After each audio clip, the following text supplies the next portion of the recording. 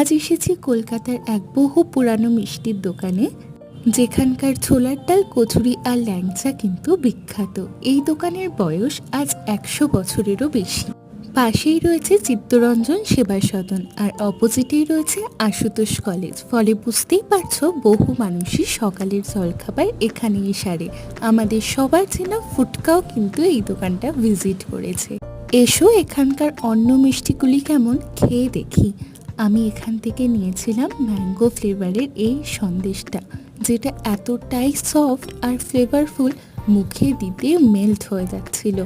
যখন এই ম্যাঙ্গো ফ্লেভারের জেলিটার সাথে সন্দেশটা মুখে পড়ছিল, আহা সেই যে কি স্বাদ!